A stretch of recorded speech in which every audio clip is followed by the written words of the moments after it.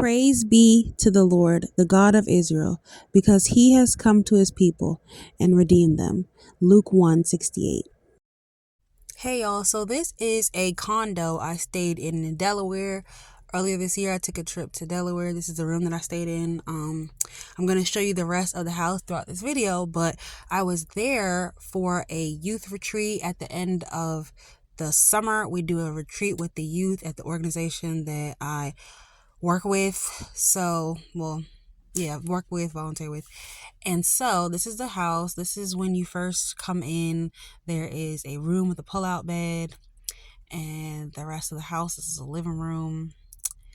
I didn't realize I was using so much footage of the living room, but then you see the dining room in the back. There is a balcony. This is the upstairs bathroom. This is the one that I took my shower in. Yeah, it was very, very nice. The toilet in there. Sink. Master bedroom. Oh my gosh, this was absolutely beautiful. See that big bed. And then we have the bathroom. The house belonged to my boss's friend, and they let us use it for the weekend. The house had about 4 to 5 bedrooms and 3 bathrooms, or 4 bathrooms, actually 4 bathrooms.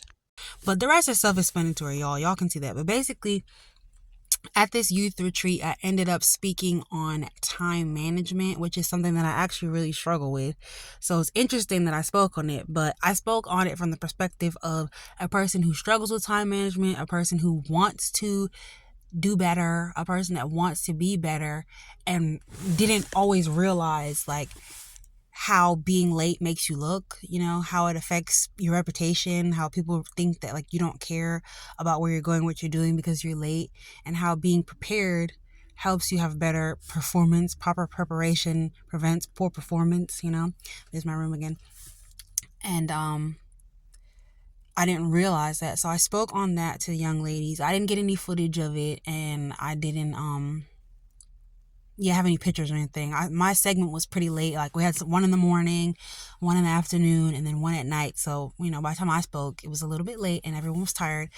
But, so I spoke on time management, and I spoke on how I feel, getting nervous while I'm late, and how anxious I get, and how I beat myself up every day about being late, and how stressful it actually is being late, and how when you're early, there's less stress, but not letting that affect the way that the stress of that and the anxiety of that and how maybe you're perceived, letting that affect how you perceive yourself, and how you, and internalizing that, not labeling myself I'm Janice, I'm always late, I'm chronically late, and stuff like that, and not labeling and judging myself that way. I told a story about growing up, how I was late a lot at school, and one of the teachers actually announced how many days I was late. She had people guess how many days that I was late to school. And that was actually really hard for me because, I couldn't always control me being late. I was a kid. So I thought that was very embarrassing. So I had a lot of trauma with the getting ready process growing up. So I'm still, working through stuff like that. But I really do want to do better and be on time.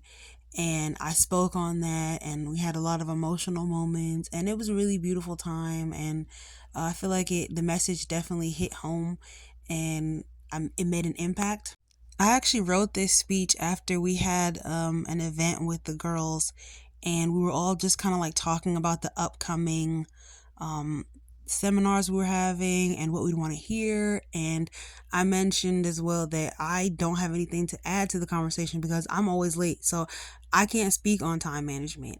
But I was reminded that maybe I do have some unique perspective to add. So I used some of the information from the girls and the conversation we were having to create my speech or outline for it. Unfortunately, before we could have the event, one of our young ladies passed away. So it took a long time before I actually got a chance to do my time management speech. And when I finally did it, I had a lot of emotions build up, and me and the girls, we all had a really good cry. And I was really happy that I did it, even when, I thought I had nothing to say. I realized that I did have a perspective to add to the conversation. So we spent some time at the beach and the boardwalk, getting pizza, food, shopping, things like that. And it was some of the kids' first time at the beach ever. And so it was a really peaceful, healing experience for everyone who was going through a lot at the time and grieving.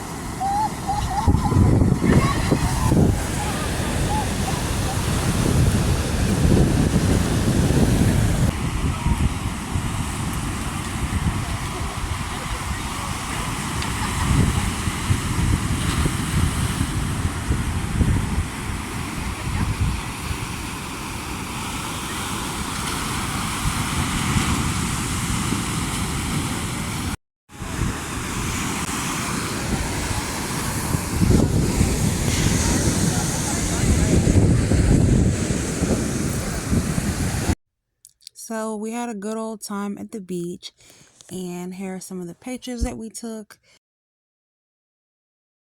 After that, we went down to the boardwalk.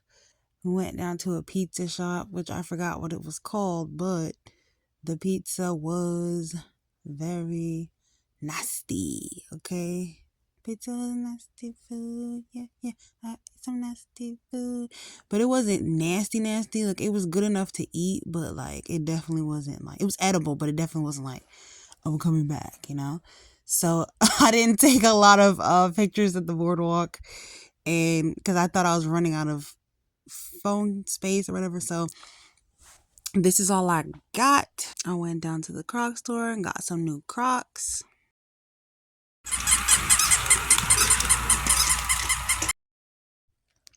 I just thought this was so creepy. Like, once upon a time, I was a little creeper. Everybody thought I was Jeepers Creepers. All right, I can't add music, so I'm gonna just keep doing that. All right, and then I went to go get my very first rolled ice cream. I was so confused. What was he doing? I was like, look at me already paying for it. I didn't even know what I was eating. I was like, is he pouring a cup of milk in my ice cream? My friend just told me to try this, so I didn't even know what this was. This was my first time getting it. I was confused at first, and I paid for it when I walked in. Didn't even know what I was paying for.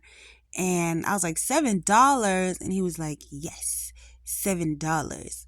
So after he was finished making it, he was like, now you see why it's $7. Like, you see now. Look how, he's like, all my ingredients are fresh and everything like that. So I was like, oh, okay. Yeah, now I see why it's $7. I'm sorry, bro. I ain't even mean to, try to downplay your prices. And actually, those were pretty good price. But when I tried it, it was pretty good. We walked around boardwalk some more. And then I bought some touristy Delaware sweatshirts and a messy jersey. And then we went home and we watched that stupid movie, The Perfect Couple. They wanted to watch it. I didn't. But by the second episode, I was like, well, by the third episode, I was like, okay, well, I guess I might as well just get into it and watch. But then everybody else fell asleep. So I was the only one that stayed up to watch that stupid ending. And everybody else went to bed. And I felt like a dummy because it was stupid.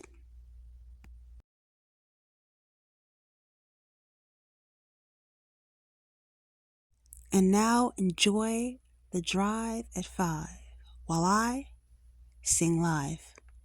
I'm glad that I went, but Delaware was cold. It didn't start to warm up until we were on the road. I haven't worn my sweater yet. I bought it for the weather there. But it's cold now and I have not worn my sweater. Somebody remind me to wash it. 'Cause it stunk like the store. Not put any more music on my channel. I didn't get a strike, but I wanna do things right. Enjoy the flight and the ride. For 3 hours we drove back. We made it safe, and just like that, I have another story for you all, but I have to ask permission to show the person's face.